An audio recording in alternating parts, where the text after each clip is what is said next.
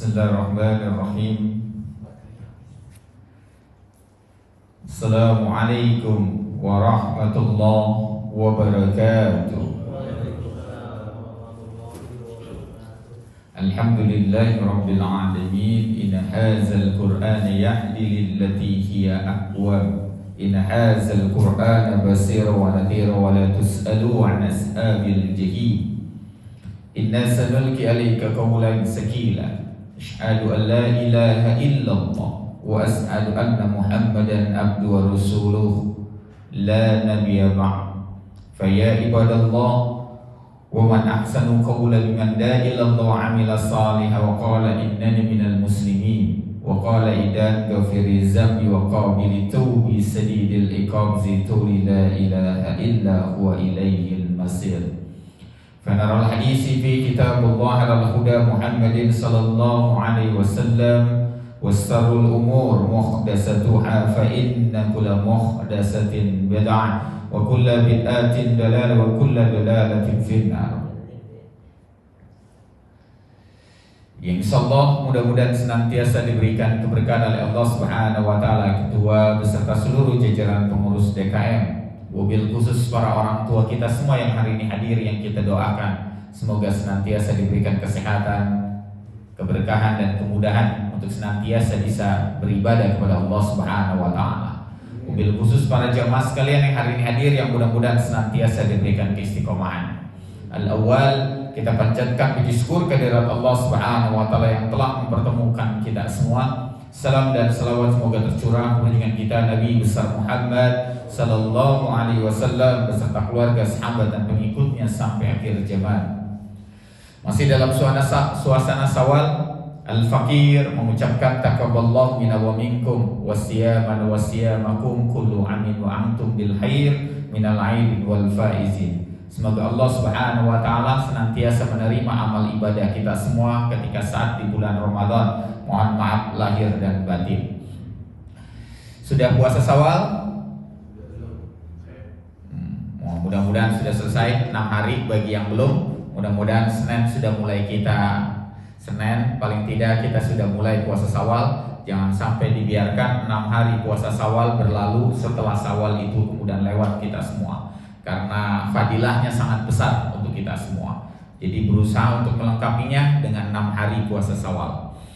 Baik, Al-Fakir hari ini ingin membahas sebuah kajian yang setidaknya menjadi renungan buat kita semua dalam kitabnya Imam Ghazali, Mukashafal Qulub, ketajaman mata hati.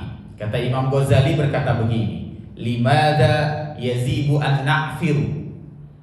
Kenapa kita harus memaafkan orang lain? Kenapa kita harus memaafkan orang lain? Kenapa kita harus memaafkan orang yang telah menyakiti hati kita? Kenapa kita harus memaafkan orang yang kemudian telah melukai hati kita begitu dalam? Kenapa kita harus memaafkan orang lain yang telah merendahkan dan menjatuhkan harga diri kita sejatuh-jatuhnya? Karena bisa jadi ada banyak orang yang telah melakukan kesalahan kepada kita dan sampai hari ini kita masih belum bersedia memaafkan. Bisa jadi ada banyak orang yang hari ini melakukan kesalahan dan kehilapan kepada kita. Sampai hari ini, sampai detik ini, sampai lebaran datang berulang kali, kita masih belum juga memaafkannya. Hati-hati. Itu sebabnya Imam Ghazali menyebutnya limada yajibu an na'firu. Kenapa antum semua harus belajar memaafkan orang lain yang telah melakukan kesalahan kepada kita semua? Yang pertama, kata Imam Ghazali, kenapa kita harus memaafkan? Hatta meskipun itu dilakukan oleh anak kita. Hatta meskipun itu nanti dilakukan oleh orang tua kita sekalipun.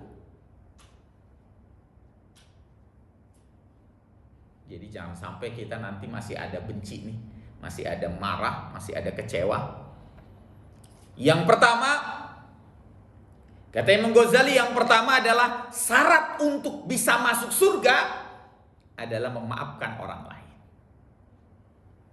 Wasari'u ila ma'firatin min rabbikum wa zannatin arduhas samawati wal ard uiddat lil muttaqin alladzina yunfikuna fis sarai wad darai wal kazimina ghaiz wal afina 'anil nas. Syarat untuk bisa dimaafin Allah, syarat untuk bisa kemudian Allah mengampuni kita, syarat untuk kita bisa masuk surganya Allah, maafin orang lain. Syarat agar Allah datangin rahmat tuh maafin. Hatta meskipun itu bisa jadi anak kita, kita yang telah merawatnya bertahun-tahun, kita yang telah mendidiknya bertahun-tahun, kita yang telah membiayai hidupnya bertahun-tahun, tiba-tiba dia mentelantarkan kita. Dia lantas membuang kita dari kehidupannya, lantas dia menjauhkan kita dari cucu kita, lantas dia menjauhkan kehidupan kita dari dirinya. Maafin. Sisanya biarin Allah nanti yang kemudian membalasnya. Tugas kita cuma maafin. Saya maafin.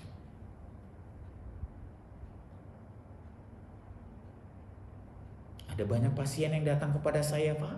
Sampai dia cerita. Berurai air mata, lantas dia ngomong tuh. Anak saya, Ustadz. Sampai ngomong, saya udah gak butuh emak. Sampai dia ngomong, Ma, selama ini yang ngurusin emak saya. Dia lupa bahwa dulu dia yang ngurusin emaknya. Maafin. Maafin. Karena itu syarat. Lepas nanti Allah Subhanahu wa ta'ala kemudian ternyata menghukum dirinya, itu urusan Allah. Tapi urusan kita maafin. Lepas itu orang tua kita sendiri yang melakukan kesalahan kepada kita. Ketika kita kecil dia tinggalkan kita. Dia pergi ninggalin kita. Menelantarkan kita. Maafin. Ini yang dibalik. Saat kita masih butuh seorang ayah, tiba-tiba kemudian ayah yang kita butuhkan untuk hadir dalam kehidupan kita besar, tiba-tiba dia ninggalin kita. Bertahun-tahun lamanya, saat kemudian dia telah susah, telah renta, tidak bisa apa-apa, lantas dia datang sama kita. Berharap kemudian kita merawatnya, berharap kemudian kita mengayominya, berharap kita melindunginya, dan berharap kemudian menampung sisa hidupnya. Maafin. Sanggup nih, begini Pak. Kayaknya berat banget ya. Berat. Makanya kalimat untuk bisa masuk surga, Allah menyebutnya dengan kalimat apa? Ya ayatuhan nafsul mutmainnah. Orang yang jiwanya tenang. Maka kata Imam Ghazali dalam tafsirnya, nggak mungkin bisa tenang kalau hati nggak memaafkan. Makanya Ibnu Qayyim al-Jauziyah sampai berkata, salah satu kemudian syarat untuk bisa merasakan kelezatan iman adalah tazkiyatun nafs, membersihkan dirinya dari rasa marah, luka, kecewa pada orang lain dan kemudian memaafkannya. Berat nih Bapak. Kadang-kadang maafin orang tuh berat. Ada yang kemudian maafin, iya lu gue maafin, tapi gak usah datang-datang lagi lah dalam hidup gua, sama aja. Yang namanya maafin Pak titik, kagak pakai koma. Saya maafin kamu. Saya sudah lupakan semua masalahnya, saya maafin kamu. Titik. Kebanyakan kita pakai koma. Saya maafin kamu, tapi jangan diulangi lagi ya begitu. Itu koma. Kita yang titik atau koma? Kebanyakan koma. Kebanyakan koma. Hatta meskipun itu bisa jadi kemudian istri kita. Hatta meskipun itu bisa jadi seorang istri harus memaafkan suaminya. Maafin. Karena kita memaafkan bukan untuk dirinya. Kita maafin untuk siapa? Diri kita. Agar dapatkan rahmat Allah. Agar menjadi syarat untuk kita bisa masuk surga. Dan syarat agar kita merasakan bagaimana lezatnya iman. Apa jangan terlalu diambil pusing dengan luka hati kita dari orang lain. Jangan terlalu ambil pusing kalau dia kemudian menyakiti hati kita. Tapi ambil pusing kalau seandainya kita tidak sanggup memaafkannya, itu ambil pusing, Pak. Karena nanti rahmat Allah tidak turun kepada kita. Jadi sudah, saya maafin. Makanya saya selalu ingat, Allahumma fir jami'an ma madu min kulli zambi. Sikap seorang muslim adalah memaafkan saudaranya meskipun dia belum datang untuk minta maaf. Itu berat banget itu. Gue udah maafin. Sebelum lu datang gue udah maafin lu. Udah gue maafin. Masya Allah. Itu syarat pertama. Itu yang pertama kata Imam Ghazali, limada yazidu an na'firu. Yang kedua, kenapa kita harus belajar memaafkan orang lain yang telah menyakiti hati kita bertahun-tahun, yang telah kemudian menzolimi kita, yang telah memfitnah kita berulang-ulang, sampai kita membaca doa Nabi Yunus karena kita merasa dizolimi. Karena ada orang yang sampai kemudian membaca doa Nabi Yunus tuh, Pak, karena merasa dizolimi. Sampai bertahun-tahun, tapi kemudian dia datang untuk meminta maaf kepada kita, maafin. Karena yang kedua kata Imam Ghazali, al-hayatu fi dunya wal akhirah. Syarat agar kita bisa bahagia dunia dan akhirat, Pak, bukan karena kita memiliki dunia. Bukan karena kita memiliki segalanya. Karena kenikmatan yang sesungguhnya, Pak, baru kita rasakan. Apa kata Rasulullah? Al-hayatu fi dunya wal akhirah. Kalau yang pertama, tasilu man qata'aka. Kalau kita mampu kemudian menyambung tali silaturahim kepada orang yang telah memutuskannya kepada kita. Itu baru, Pak, ngerasain nikmatnya. Karena kenikmatan di dunia, Pak, kalau nanti kita masuk dalam neraka wa'il, kata Allah, kalau nanti kita masuk dalam neraka wa'il, neraka wa'il itu neraka yang seperti terowongan, Pak. Orang yang nanti masuk neraka wa'il, Pak, akan jalan dulu terowongan, seperti terowongan selama 40 tahun. Bayangin, Pak, kita terowongan di Indonesia yang paling panjang mana ya kalau tol? Kalau di Mekah panjang tuh ya, Haji ya. Kita ngerasain tuh terowongannya panjang, lewat kolong tuh, Pak, gelap. Nah, kayak ini, Pak, akan ngelewatin neraka wa'il 40 tahun lamanya. Dan kemudian itu panasnya luar biasa dan membakar kulitnya. 40 tahun kita jalan terowongan. Itu neraka wa'il. Jalan terowongan. Panas. Dan nanti tuh, Pak, kenikmatan di dunia pada saat melewati terowongan neraka wa'il, para penghuninya akan berkata, sedetik pun tidak lagi aku rasakan nikmatnya apa yang aku miliki di dunia. Nanti ngomong begitu tuh.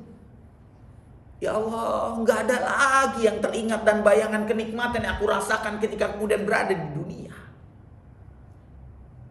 Makanya, Pak, sampai Imam Ghazali ngomong begini, a'zamul yaum, hari terbaik dalam hidup kita, Pak. A'zamul yaum, hari terbaik dalam hidup kita bukanlah mengenakan kemudian pakaian terbaru dan pakaian yang indah. Hari terbaik dalam hidup kita adalah ketika bukan kita mendapatkan dunia. Hari terbaik bukanlah kita kemudian berada di tempat yang sangat indah. Tapi a'zamul yaum, hari terbaik dalam hidup kita adalah ketika ada orang yang pernah menzolimi kita.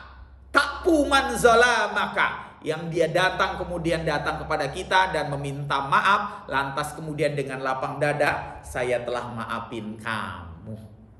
Itu hari terbaik tuh, Pak. Masya Allah. Lapang lu, Pak. Maafin orang yang pernah berbuat kesalahan kepada kita, titik bukan koma, itu lapang banget hati. Saya sudah maafin kamu. Sudah saya maafin kamu, yuk kita makan bakso Titoti. Enak banget. Saya yang traktir. Masya Allah. Enak banget tuh, Pak. Lupa semuanya.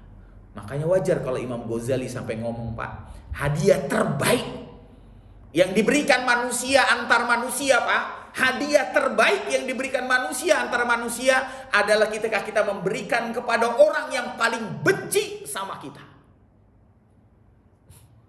Udah tahu dia nyakitin hati kita, tapi kita ngasih, Pak. Hadiah terbaik kita kasih. kita kasih. Tapi bukan kasih karena kebencian juga. Nanti kasihnya kongguan isinya rengginang, itu nggak boleh juga. Itu pembohongan publik. Makanya tulis Pak, rengginang. Jangan kita berharap, wah kongguan gua dapat nih, pas dibuka Pak nggak tanya opak, berakhir lagi Pak. Itu pembohongan publik. Makanya harus ditulis tuh Pak, karena ada orang yang udah ngarep biskuit nih, nggak tanya dibuka opak.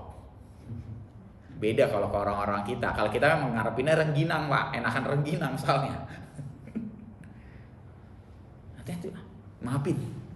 Kalau kita pengen bahagia Pak, yang paling bahagia, karena yang paling membahagiakan Pak, kalau sudah belajar memaafkan. Karena kita nggak tahu berapa banyak orang yang telah kita sakiti, ataupun berapa banyak orang yang telah menyakiti kita, dan berapa banyak orang kemudian kita juga sudah maafkan. Banyak Pak. Kita sudah difitnah macam-macam, sudah dihina macam-macam, diinjak harga diri kita dan lain sebagainya. Tiba-tiba dia datang minta maaf. Waduh, Masya Allah. Dia datang minta maaf.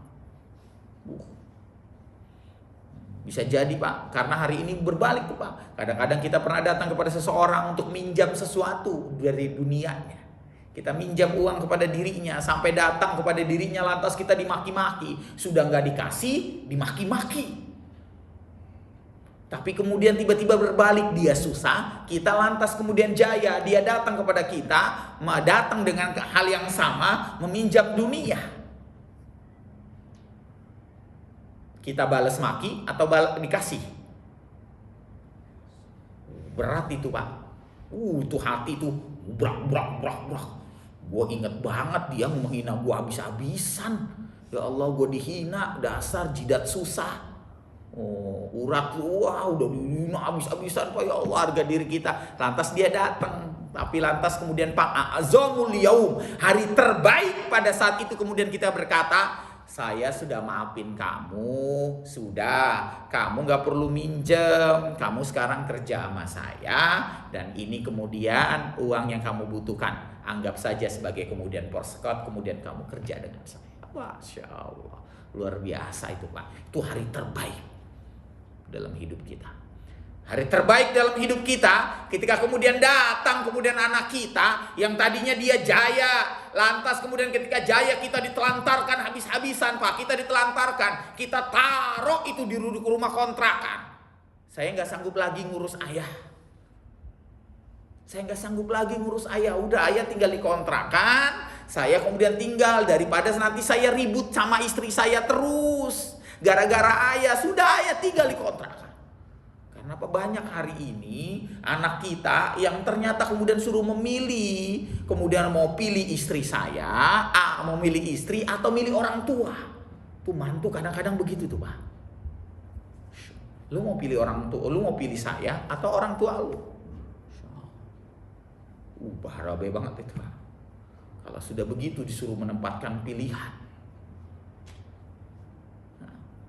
Disuruh menempatkan pilihan. Dia jaya, lantas kemudian akhirnya sebagai solusi ayahnya kemudian ditaruh di kontrakan, lantas dia tinggal Pak. Masya Allah. Terjadi. Lantas apa yang dilakukan Pak? Lantas ketika dia jatuh, lantas kemudian datang kepada kita. Maka pada saat itu apa kita lakukan? Maafin. Saya selalu teringat, terngiang-ngiang orang tua yang hebat, ayah yang hebat, ibu yang hebat, ketika dia kemudian disakiti oleh anaknya, lantas kemudian dia berkata, saya sudah maafin dia. Kalau saya tidak maafin dia, Allah murka sama dia. Berkah Allah diambil dari hidupnya. Jadi saya maafin dia agar kemudian Allah tetap kemudian mendatangkan keberkahan dalam hidupnya. Makanya wajar Pak kalau hari ini kita bisa jadi seperti ini karena ada orang tua kita yang terus memaafkan kita dan mendoakan kita nggak pernah berhenti. La sa'adatu at-tafal ma lam yakunu hunna ka'al aba'u fi zalik.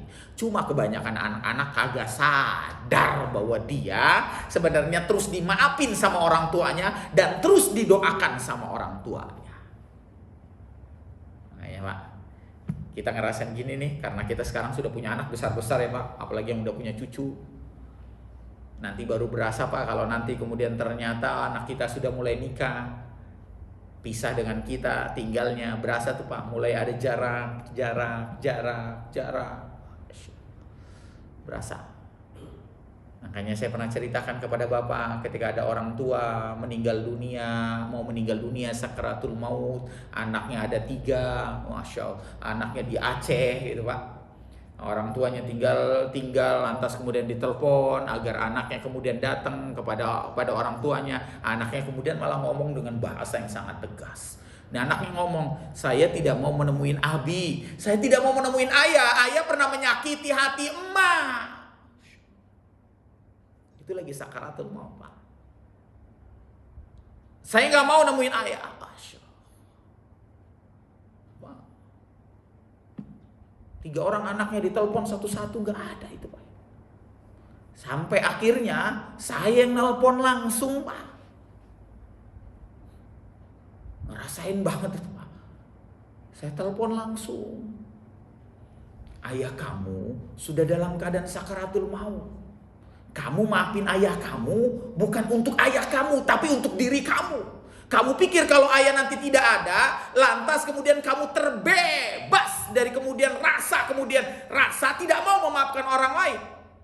Maka saya berkata kepada dia, Innallaha azza wa jalla yubghidu kulla. Allah paling murka pada salah satu kelompok di antara kalian semua. Siapa? Al-utul, orang yang tidak mau memaafkan orang lain, justru Allah murka kepada dirinya. Datang Pak, tapi tidak anak, cuma 1 anak yang datang. Itu dipotong rambutnya agak panjang, gak terawat, dipotongin kukunya, dipotongin itu jenggotnya, yang tadinya dia cuma ngorok, air matanya keluar. Seolah-olah dia merasakan bahwa anaknya kemudian dekat dengan dirinya, dirapihin jenggotnya Pak. Lantas sakaratul maut yang tadinya panjang tuh Pak, lama, anaknya datang dirapihin Pak, meninggal. Masya Allah. Maafin Pak. Jadi kita maafin lah. Kita tetap maafin. Kita tidak perlu mengutuk anak kita. Kita tidak perlu kemudian mengutuk orang tua kita kalau kemudian dia hilaf pada kita. Maafin. Maka kata Imam Ghazali, sebesar apapun kesalahannya, maafin. Maka ingatlah kemudian apa yang dilakukan oleh Buya Hamka. Seberapa besar pun kemudian kezaliman yang dilakukannya, dia tetap menjadi imam bagi orang yang menyakiti dirinya. Keren tuh Pak. Nah, berapapun kemudian dia disakiti Pak, berulang kali dia masuk bolak-balik penjara dan lain sebagainya, tapi ketika orang yang menyakitinya meninggal dunia dan dia diminta menjadi imam, apa yang dia lakukan Pak? Dia tetap menjadi imam untuk dirinya. Keren. Makanya ketika Imam Hambali Pak bolak-balik masuk, kemudian dimasukin Pak, bolak-balik dimasukin dalam penjara sampai meninggal dalam penjara. Tapi lantas kemudian ketika ditanya, ya Imam Hambali, kenapa engkau tidak berdoa kepada Allah agar menghukum orang yang menzolimi dirimu? Kata Imam Hambali apa? Tidak, saya membersihkan hati saya dari kemudian ingin membalas dendam terhadap orang yang telah menzolimi saya. Dahsyat banget itu Pak. Dahsyat. Lantas siapa yang kemudian harus mendoakannya? Ya murid-muridnya, bukan dirinya. Itu hebatnya Pak. Jadi yang mendoakannya adalah murid-muridnya. Saya tidak ridho guru saya diperlakukan demikian. Saya tidak ridho. Luar biasa Pak, lembutnya. Maka Pak, yang kedua, kalau kita ingin kemudian ternyata ingin mendapatkan kebahagiaan dunia dan akhirat, belajar maafin. Ya, ini sudah pada dimaafin semua belum?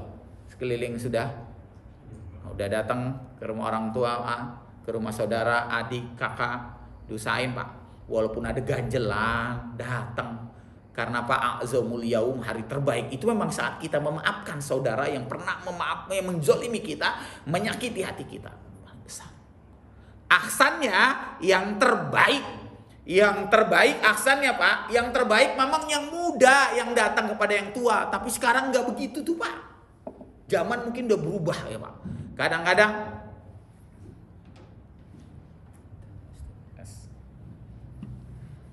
zaman jadi agak beda Pak. Kadang-kadang yang tua datang kepada yang muda. Kadang-kadang nih ada orang tua yang sampai Pak berjalan nih Pak, rumahnya dia deket di sini Regensi. Tapi orang tuanya yang datang ke rumahnya. Orang tuanya yang datang ke rumahnya.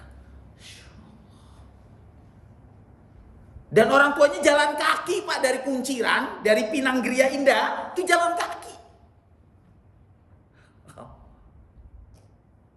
Akhirnya dia datang cerita sama saya, Pak, nangis. Ya Allah Ustaz.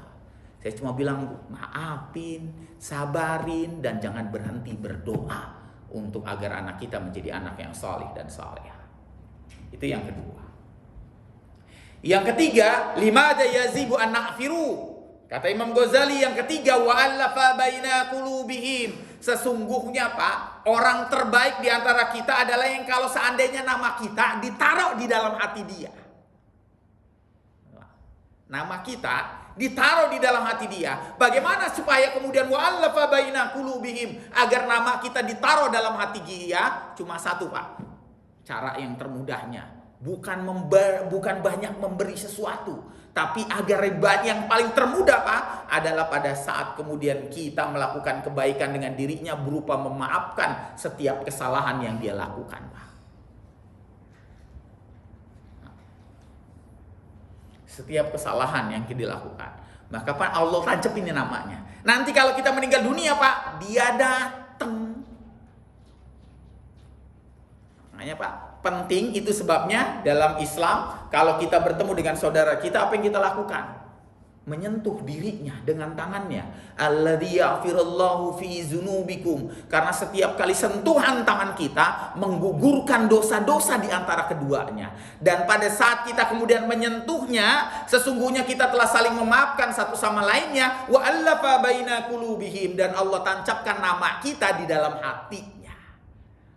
Makanya Pak, orang yang gak pernah gaul di lingkungan Pak, orang yang gak pernah kumpul sama lingkungan, Allah kadang-kadang gak tancepin namanya di hatinya, di hati kita. Sehingga kalau dia meninggal dunia, kita itu sama Allah dibuat kagak datang. Seolah-olah jadi ada alasan aja Pak. Maka Pak, kalau ada yang meninggal kemudian yang datangnya itu banyak Pak, Masya Allah, itu karena Allah tancepin nama kita di hati-hati orang-orang tersebut. Waktu Abah Uci ada yang datang nggak? Oh, Masya Allah Pak, kagak bisa masuk saya Pak. Oh, parkirnya di mana? Saya di mana? Yo, lu jalan. Kenapa bisa sampai sebanyak itu? Karena Allah nancepin nama Abah Uci itu ke hati setiap orang. Sehingga Pak, meskipun ada kesibukan apapun datang. Sehingga dia korbankan, gua ambil cuti. Saya ada kesibukan ini, dia telepon. Nah, saya mau takziah dahulu. Setelah takziah baru nanti kita ketemu. Dia batalin itu Pak. Siapa yang membuat kemudian membatalkan itu semua? Allah yang ngegerakin hatinya. Wa'allafa baina qulubihim. Makanya kemudian Allah berkata, lau anfaqta ma fil ardi zamia. Dan kamu gak bisa membeli itu dengan seluruh harta yang ada di dunia. Allah tantangnya begitu Pak. Dibuat datang. Makanya Pak, ada orang yang ketika meninggal dunia Pak, orang itu datang padahal jaraknya Pak puluhan kilo, padahal jaraknya beda provinsi. Meskipun lagi ada penyekatan, tetap datang Pak dia Pak. Saya habis pulang ngunjungin guru saya di Bandung. Ya, kena 2 kali penyekatan, berangkat kena, pulang kena Pak. Masya Allah. Berangkat kena di Cileunyi. Di Cileunyi Bandung kena. Emang penyekatannya random, jadi supir doang yang dicolok Pak. Pulangnya kena lagi di Cikarang Barat. Supir juga yang dicolok. Kasihan juga Pak supir saya udah dicolok 2 kali nih Ustadz. Supir dong Pak, kasihan banget supir saya, colok 2 kali. Nanti mau berangkat ke Serang, kayaknya ntar kena juga, dicolok lagi dia. Ustadz, kalau saya berangkat 4 kali nih, bisa bolak-balik di hidung dicolok dulu. Masya Allah. Coba nggak bisa Pak, penyekatan begitu. Kalau orang sudah kemudian Allah gerakin, nggak bisa. Allah gerakin untuk datang. Makanya Pak, bahagia Pak kalau orang kita meninggal dunia yang datang itu banyak. Karena Allah tancepin tuh nama kita di hati-hati orang tersebut. Tancepin Pak. Allah tancepin. Nanti Allah tinggal menilai di dalamnya. Allah tancepin. Itu orang-orang beriman begitu. Makanya, dan itu nggak mungkin terjadi Pak. Satu, kalau kita nggak suka sholat berjamaah. Kalau kita nggak suka sholat berjamaah, nggak mungkin orang nanti datang Pak pada saat kita meninggal. Siapa yang itu? Oh, emang pernah ke musola? Emang pernah ke masjid? Kagak pernah. Ilah, gua kagak kenal. Nggak kenal. Makanya wajar Pak, kalau Rasulullah saudara beriman kita yang paling dekat Pak, siapa? Di masjid. Boleh jadi hari ini ada yang jauh, tapi gara-gara ke masjid kita jadi deket banget Pak, deket banget, sering ngobrol. Tapi ada yang kemudian bisa jadi sebelahan dengan rumah kita Pak, tapi jauh banget, orang kagak pernah nongol. Begitu gak? Tapi ada yang jaraknya jauh Pak, Masya Allah deket banget Pak. Tapi ada yang jaraknya deket Pak, ya Allah boro-boro kita tegur sapa, berantem mulu itu. Makanya saya punya kebiasaan sama istri, kalau misalnya ada yang kemudian tetangga kayaknya jutek banget, kasih makanan, terus begitu tuh Pak, kasih makanan, lama-lama senyum itu emang Pak, walaupun senyumnya makanan. Makanya dalam Islam kalau ada yang nganterin makanan, balas balikin makanan Pak, jangan piring kosong. Tapi saya sering Pak dapat piring kosong doang. Tunggu ya, ntar piringnya saya bersihin dulu. Jadi saya nungguin tuh dapat piring kosong, nggak apa-apa, besok kasih lagi, terus. Kenapa Pak? Karena kita ngasih itu bukan untuk diri dia, tapi kita nih supaya hati kita lapang. Kesel banget, kita gondok banget nih. Lapang, dilapangin. Ustaz, dia buang sampahnya ke tempat sampah saya terus, gondok banget. Udah Bapak gedein tempat sampah Bapak. Kan kalau kecil jadi malah tambah gondok Pak, kesel, penuh mulu gua tempat sampah, gedein, tambahin. Biar dia, makin gede nih, makin banyak nih gue buang, gadein lagi Pak, biarin, gedein. Nggak perlu ditulis, Allah melihat siapa yang buang sampah di tempat saya, nggak usah ditulis Pak, di tempat sampah tuh nggak usah ditulis, yang buang binatang, guk, nggak usah. Apalagi sampai nulis, gue doain yang buang sampah mati, aneh gitu Pak, ya Allah, kejam banget itu kadang-kadang tuh Pak, nggak usah, maafin aja udah, maafin. Nih, karena kita maafin bukan untuk diri dia, kita maafin untuk kita sendiri. Ubur lapang. Agar Pak nanti kalau kita meninggal dunia Pak, Masya Allah, maka meninggal dunia terbaik bagi seorang muslim adalah yang banyak datang saudara-saudaranya. 1000 orang yang datang Pak, berarti 1000 kebaikan datang pada dirinya. Makanya Pak, ya makanya itu sebabnya Imam Syafi'i dalam kitabnya Hawi itu mengingatkan Pak, kalau seandainya kemudian setelah meninggal dunia kita mengadakan kemudian peringatan kematian, maka ada 2 kebaikan yang didapatkan untuk kita.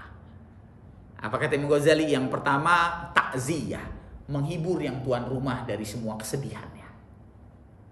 Dan menghibur terbaik Pak, dibacakan Al-Quran. Jadi menghibur terbaik. Jadi kalau misalnya ada kemudian kegiatan peringatan kematian, itu sebenarnya untuk tuan rumah, untuk menghibur dari kesedihan dia. Menghibur dari semua kesedihannya. Nah, kebaikan yang kedua Pak, sesungguhnya Allahumma firlahu, Allahumma la tahrimna azrahu adalah satu simpanan kebaikan buat si mayit dalam perhitungan hisab nanti. Perhitungannya. Jadi dapatnya 2. Nggak perlu diributkan yang lainnya karena kita menghibur, maka takziah terbaik. Ustadz cuma ngucapin doang. Enaknya kalau sambil dibacain Quran juga buat dirinya. Maka Ustadz boleh surat yang lain selain Yasin, boleh, terserah tuan rumah. Tuan rumah mau bacain apa? Gue pengen dibacain Al-Baqarah, kelamaan. Yang sedang. Ustadz ganti ke Al-Kahfi boleh? Boleh. Surat Al-Muluk boleh. Nggak mesti harus surat Yasin. Cuma kita mah udah apal banget dah Yasin. Nggak perlu dikasih lagi. Coba surat Al-Kahfi. Kita kagak, kalau Yasin kan cuma belakangnya doang kita. Gitu-gitu doang Pak. Karena kita udah biasa. Jadi kalau ada yang baca surat Yasin nggak pegang buka Yasin tuh, dia hafal tuh belakangnya doang. Bukan depannya Pak. Coba surat Al-Kahfi kita nggak biasa, tapi boleh nggak? Boleh, karena takziah itu boleh baca dengan Quran, dengan surat apapun. apapun. Karena saya pernah Pak ngurusin tahlilan seseorang, lantas kemudian saya ajak seorang kawan saya untuk yang mimpin. Ternyata bukan baca surat Yasin dia Pak, bacanya surat Al-Muluk dari awal sampai akhir. Ya jamaah, jahilah, mana kagak ada Quran. Mana kagak ada Quran. Nggak ada Quran, ternyata tuan rumah nyediain Quran, tapi ya tetap terbatas Pak. Emang setiap orang punya Qurannya sampai sejumlah 50 orang yang hadir? Kagak Pak. Nah, terbatas. Jadi dapat 2 kebaikan. Maka Pak, berharap Pak, kalau nanti kita meninggal dunia yang datang nih banyak. Dan itu tidak mungkin terjadi kalau Allah nggak tancepin. Dan salah satu yang paling mudah adalah memaafkan saudara kita. Nah, memaafkan itu banyak Pak caranya. Cara memaafkan, kita hadir begini bersalaman, kita sudah memaafkan. Kita datang memberi hadiah ke rumahnya, nganterin kue, itu sudah belajar memaafkan. Kita ngomong secara langsung, itu sudah memaafkan. Kita mendoakan, ya Allah, ya Allah, sesungguhnya si fulan sesungguhnya telah menyakiti hati saya, tapi saya telah memaafkan dirinya. Itu sudah maafin Pak. Jadi cara memaafkan ada banyak cara yang kita bisa lakukan, tapi intinya kita memaafkan sebelum dia datang minta maaf sama kita. Itu yang utama. Maka limadha yazibu an na'firu, kenapa kita harus belajar memaafkan? Karena sesungguhnya kita berharap bahwa nama kita dicantumin dalam dirinya, sehingga ketika nanti kita sudah ada di dalam kubur, sesungguhnya dia tetap mengenang nama kita dengan sebaik-baiknya.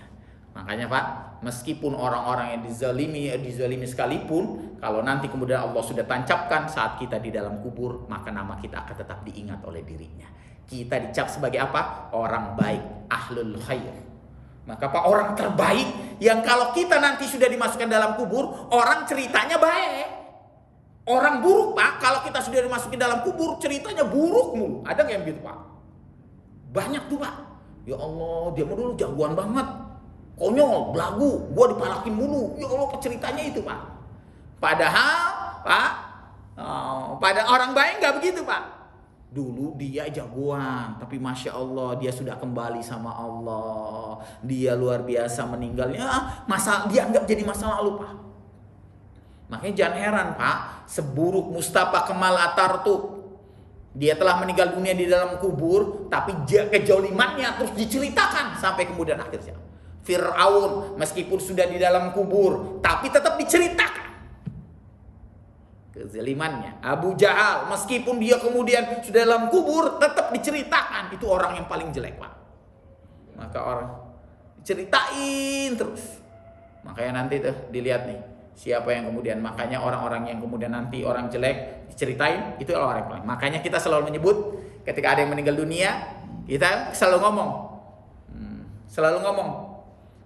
kita ngomong apakah ini orang baik atau tidak. Kita akan pasti menjawabnya khair, karena kita berharap baik. Berharap baik. Maka mudah-mudahan kita termasuk orang-orang yang demikian. Maka hari ini yuk, masih dalam suasana Syawal, kalau masih ada yang belum kita maafin, kita maafin. Kalau ada yang belum kita datengin, saat dia saya malu, dia yang salah kok gue yang datengin, kan begitu kadang-kadang kita. Dia yang salah kok gue yang datengin, Pak, datengin aja, nanti akan berasa hatinya. Saat kalau dia gede kepala gimana Ustaz? Tuh kan dia yang salah, makanya dia datang ke gua. Pak, Allah tuh nggak mungkin salah. Allah nggak mungkin salah. Allah tahu siapa yang kemudian punya ketulusan hati, niat dan lain sebagainya. Allah tahu Pak. Dan Allah akan mencatat itu semua. Meskipun bisa jadi, makanya orang terbaik adalah tasiluman qata'aka, yang menyambung tali silaturahim kepada orang yang telah memutuskannya. Rasulullah nyebutnya begitu. Menyambung tali silaturahim pada orang yang telah memutuskannya. Karena orang yang memutuskan kita Pak, belum tentu mau datang. Belum tentu mau datang Pak. Dia kan kita kan selalu merasa gua mah kagak salah. Begitu terus Pak. Jeleknya orang kan begitu. Gua mah kagak salah. Makanya Rasulullah nyuruh datengin. Karena apa? Bisa jadi yang didatengin pada saat itu Pak, dia malu untuk minta maaf. Tapi pada saat dia datang dia ngomong, gua sebenarnya yang minta maaf. Mudah-mudahan begitu Pak. Bawain dah tuh kue, banyak, berubah kok senyumnya Pak. Ada tetangga yang jutek banget Pak, saya anterin itu, dianterin sama istri mangga Pak. Ya Allah, langsung senyum itu Pak. Mana mangga sih, mana lagi? Minta lagi Pak. Senyum, langsung senyum. Masya Allah. Itu emang kebiasaan manusia. Setiap kemudian kita datangi dengan kasih sayang, dia akan membalas juga dengan kasih sayang. Dia itu bagian dari sifat. Itu sebabnya Pak, kita cuma melanjutkan apa yang disampaikan oleh Rasulullah, lakukan oleh Rasulullah, sehingga kemudian kita bisa mendapatkan hal yang sama berupa ketenangan hati dari itu semua. Apa Utsman bin Affan tidak tahu bahwa orang akan ada yang membunuhnya? Tahu. Apa Umar bin Khattab tidak tahu ada orang yang akan menusuknya ketika dia sholat? Tahu. Tapi kenapa kemudian tidak dicegah dari awal oleh Umar bin Khattab? Karena Umar bin Khattab selalu berprasangka baik dengan dirinya. Keren banget Pak. Kita mau cuma ya kemarin pas kemudian ada imam yang ditonjok sih kita salah Pak. Kenapa salah? Orang dia tahu dia berbolak jalan-jalan, kita nggak ada yang begini. Kitanya salah. Kalau ada orang yang jalan, anak kecil aja kita begini Pak. Apalagi ketahuan dia udah gede bangkotan. Kita harusnya begini. Kalau dia kemudian nabrak, maka orang keduanya harus menamparnya. Kalau anak ya jangan. Kalau anak ditaboknya bapaknya marah. Kalau anak kita maklumi karena dia belum tamyiz, belum mengerti antara abu baik dan buruk. Tapi orang dewasa tidak. Kita halangi begitu, kalau dia tetap nabrak maka orang kedua, orang ketiga, orang kedua nggak berani, orang pertamanya nggak berani, setelah itu orang kedua nggak berani. Kayaknya itu semua kagak ada yang berani tuh Pak. Sampai akhirnya kemudian dia bukan gak ada yang berani sama gua, akhirnya imamnya yang ditabok.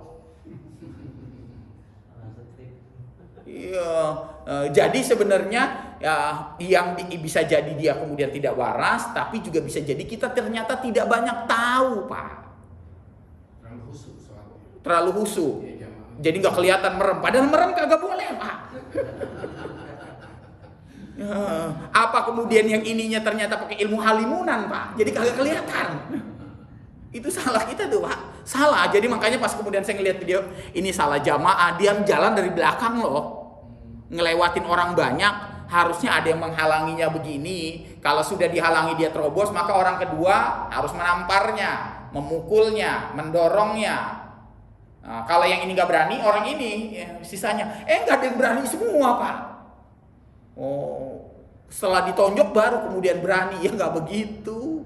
Itu pentingnya Pak. Makanya kenapa dihentangkan tangan ini agar mencegah kalau ternyata dia bermaksud buruk.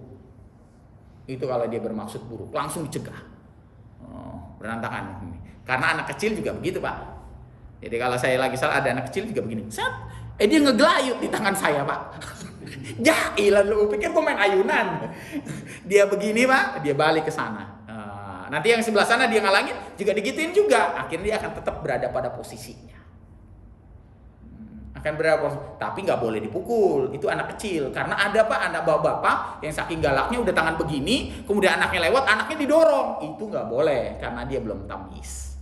Ya, jadi dibedain. Kalau nanti anak kemudian dipukul dan lain sebagainya, karena saya ngerasain anak saya sendiri Pak yang diperlakukan begitu.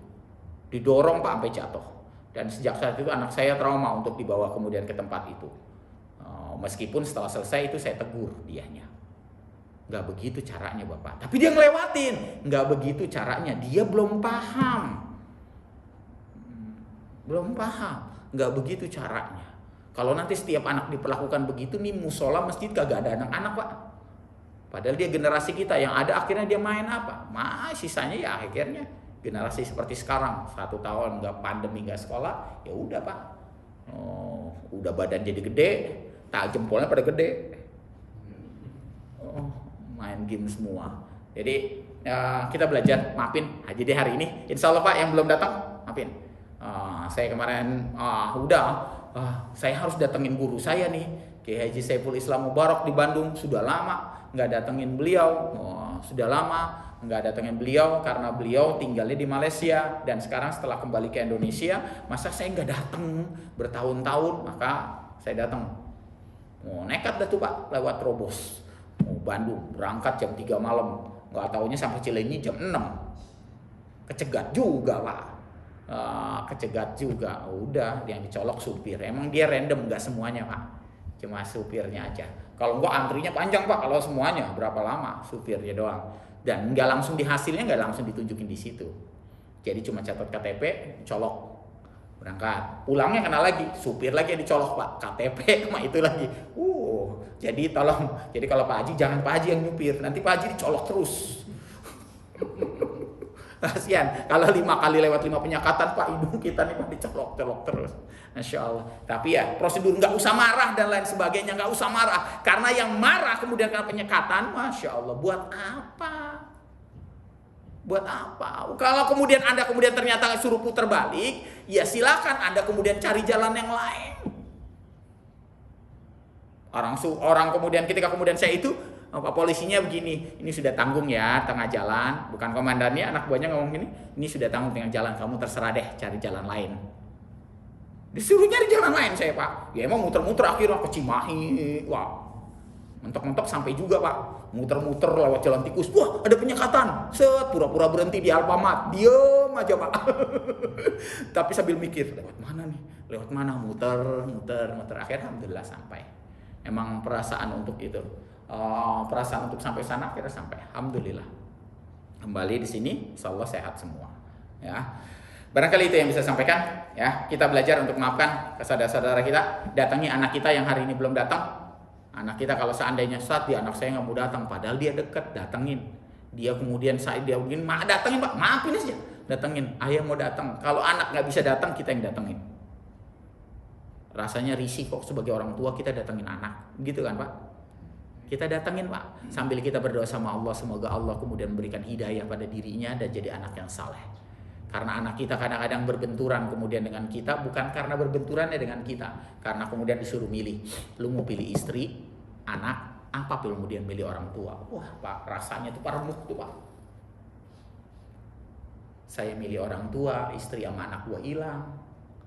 Saya kemudian milih istri dan anak, saya harus berhadapan dengan orang tua. Akhirnya dia lebih memilih anak orang tuanya yang dikorbankan. Masya Allah.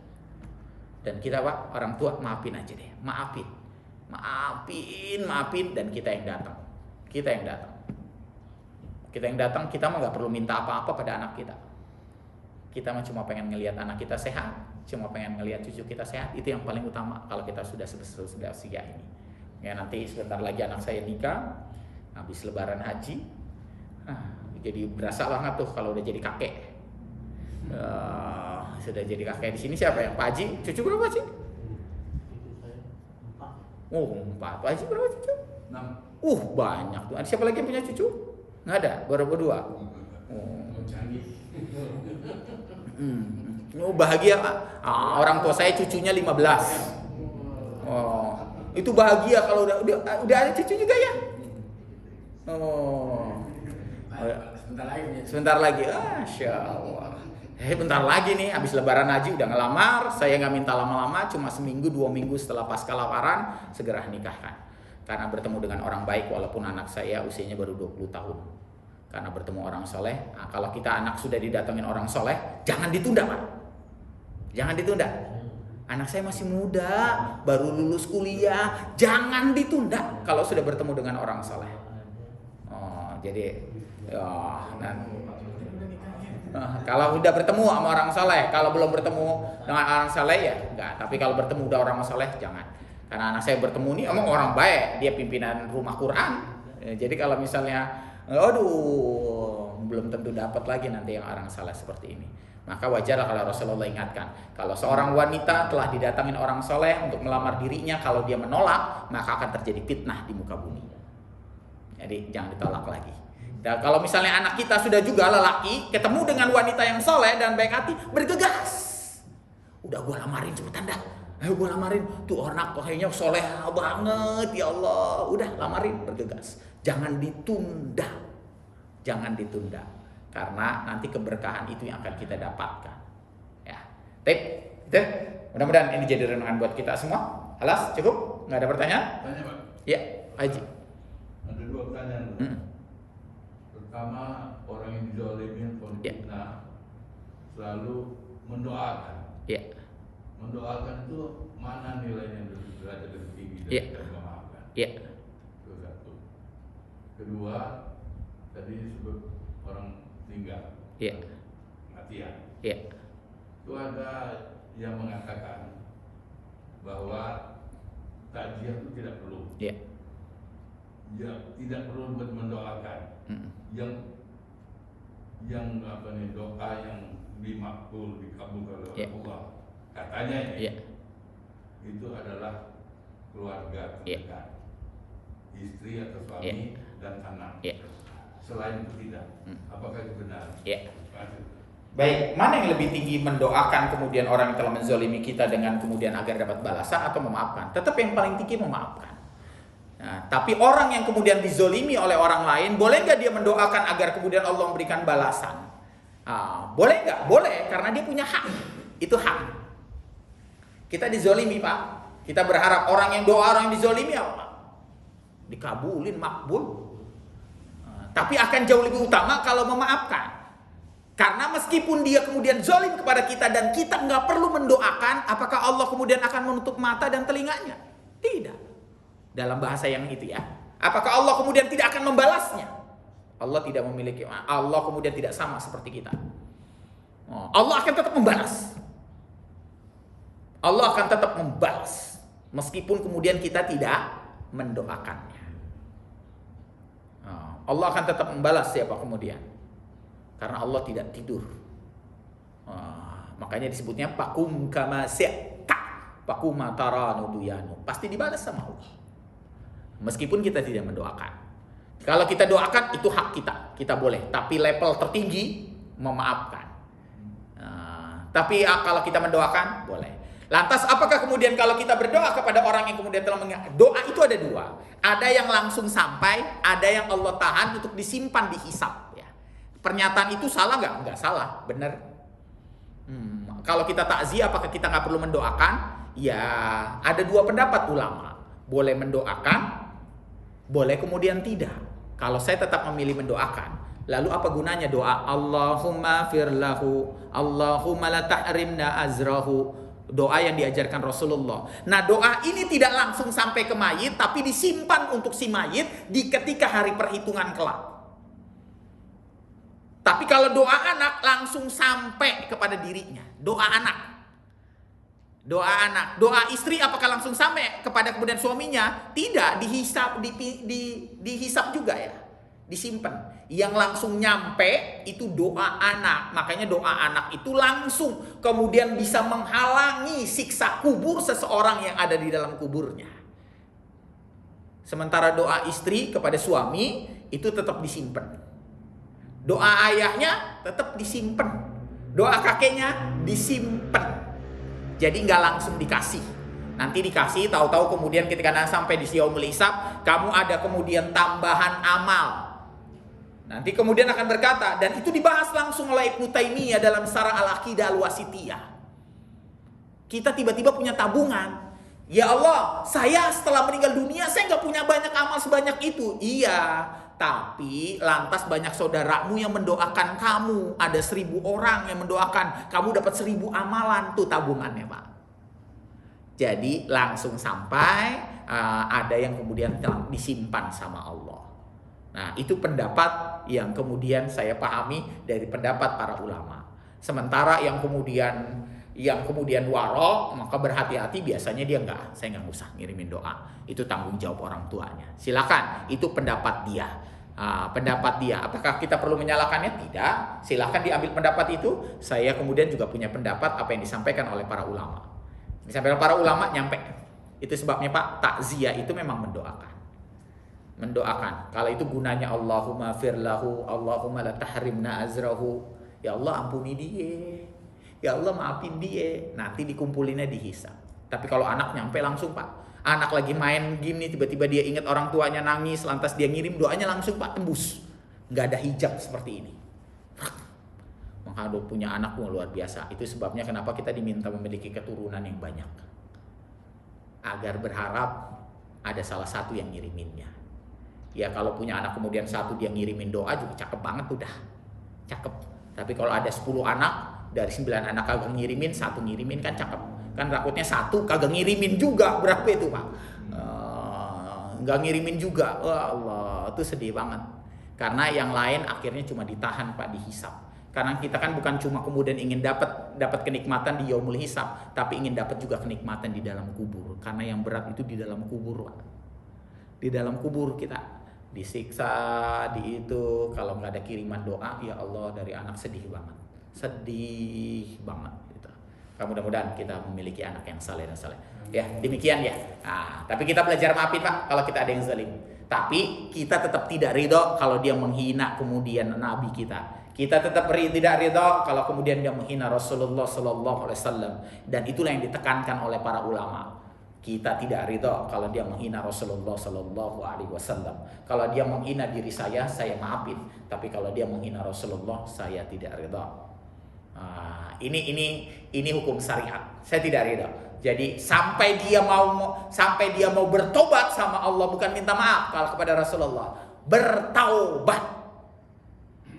Kalau minta maaf kepada orang yang masih hidupnya, kalau dia harus bertobat kepada Allah karena itu besar. Menghina Allah, menghina Rasulullah, maka dia menghina Allah Subhanahu wa taala. Itu tegasnya. Ada lagi? Jelas? Cukup ya? Nah, mudah-mudahan ini jadi renungan buat kita semua. Kita tutup sama-sama dengan baca istighfar. Astagfirullahaladzim.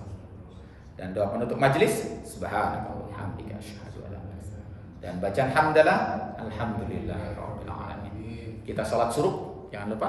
Nah, salat suruh jam berapa? Sudah masuk? Oh, baik. Kita salat suruh, fadilahnya sangat besar. Yang mendawamkannya setara dengan orang yang menunaikan ibadah umrah dan haji. Ya. Nah, kali itu billahi bisa bilhaq. Assalamualaikum warahmatullahi wabarakatuh.